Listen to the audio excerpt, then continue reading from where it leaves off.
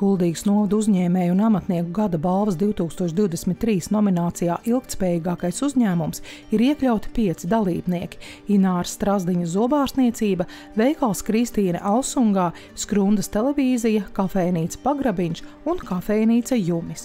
Turpinājumā īsumā par katru. Nebija ne pavadzīmes, nebija ne bankās tie konti sakārtot un nekas tas nebija. Un mēs no 93. gada mums pat, 93. kā reģistrēja uzņēmumu, visam tam pilnīgi augām līdz, viss ir tajā programmā, kā valsts sakārtoja lietas, juridiskās tās viss. Tas viss bija interesanti. Sijā Ausma Plus veikals Kristīne Alsungas centrā ir viena no zināmākajām un iecienītākajām pagasta tirgotavām. Tur saimnieko Ausma Čača, kura uzņēmēja darbībā jau ir kopš 1993. gada.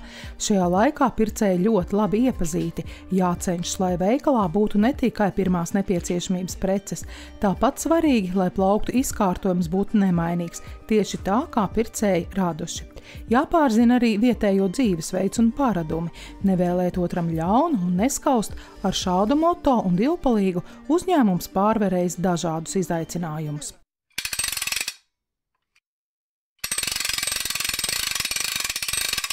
Kafejnīca Pagrabiņš atrodas Kuldīgas vecpilsētas sirdī, vecā Rācnama pagrabā. Saimnieki Inge Glīnska un Raimonds Lapuķis ar gardiem ēdieniem un dzērieniem priecē kuldīgsniekus un viesus jau vairāk nekā 20 gadu.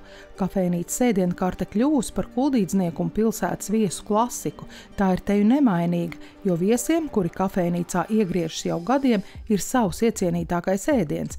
Nereti viņi te nāk tieši konkrēti ēdienu dēļ. Vasarā maltīti var baudīt uz terases, zem kuras mutuļo Alekša upīte, tā īpaši izjūtot vecpilsētas šarmu. Kafejnīcas pastāvēšanas gados ir nomainījusies vesela paudze. Tagad uz kafejnīcu nākot tā, kas kādreiz bijuši mazi un nākuši kopā ar vecākiem, esot pat ģimenes, kurām Pagrabiņa apmeklējums ir kā īpaša tradīcija, jo visi svētki tiek atzīmēti tikai šeit, sākot ar bērnu piedzimšanu līdz pat 18 gadu jubilejai.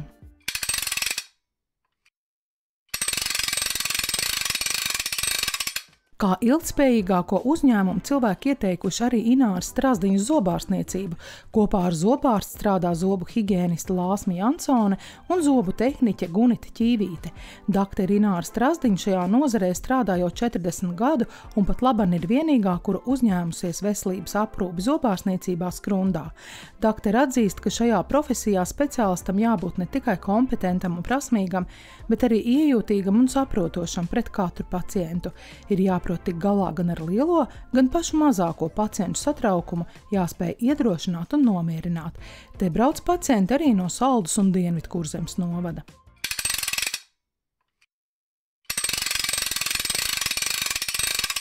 Jā, jūs redzat, pirmā pārēja tātad ir 1992. gada 12. maijā bijusi. Neilgi pēc Latvijas neatkarības atgūšanas sāka veidoties arī vietējās un reģionālās televīzijas. Skrundā tādu izveidoja Gita un Imants Johansoni. Sākumā tās apraides zona bija 10 km rādījusā ap Skrundu. Pamazām auga izpratne par vietējās televīzijas uzdevumiem un arī auga kvalitāte, gan saturiski, gan tehniski. Jāteic, ka uzņēmuma formas ir mainījušās, bet Skrundas televīzija palicis nemainīgs. Skrundas televīzija vienmēr bijis neliels uzņēmums. Tik neliels, ka pat lielākajās krīzēs nav bijis ko samazināt. Arī šobrīd te galvenokārt ir 2 darbinieki. Vadītājs video operators un montāžas inženieris Alans Perševits te ir no 1996. gada, bet žurnālisti, režisori un producenti Ieva Benefelde no 2001. Lielākais pārbaudījums bija digitalizācija, bet tā nes arī jaunu atspēriena punktu. Televīziju nu var redzēt visā Latvijā un ārpus tās robežām. Uz dažādiem projektiem tiek piesaistīti citi savas jomas profesionāļi, un tā izdodas īstenot inovatīvas un pat pārdrošas idejas, tiešraidus un raidījumus, kur ir Latvijā vienīgie. Un ja nu, kā saka, visi striķi trūkst, tad sižetu var samontēt arī pļavā.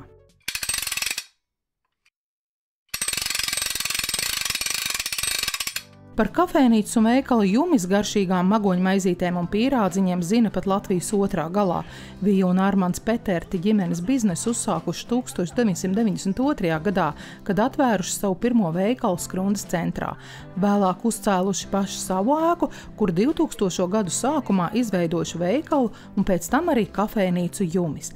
Ērtās atrašanās dēļ kafejnīcu iecienījuši un novērtē arī autovadītāji, kuri garām braucot piestāja pēc gardas maltītes. Klienti ikdienu tiek cienāti ar svaigu un pašu gatavotu produkciju, tāpēc kafejnīcā darbinieki sāk rosīties jau 5 no rīta. Turklāt arī liela daļa produkcijas, kas nonāk uz klientu galda, tiek audzēta pašu rokām. Daudz zaļumu un saknes nāk no saimnieces dārza, bet ar kūpinātām zivīm un gaļu klientus lutina Armands. Vija un Armands bija viena no pirmajiem, kuri nevilcinoties uzņēma pie sevis patvēruma meklētājus no Ukrainas un deva darbu.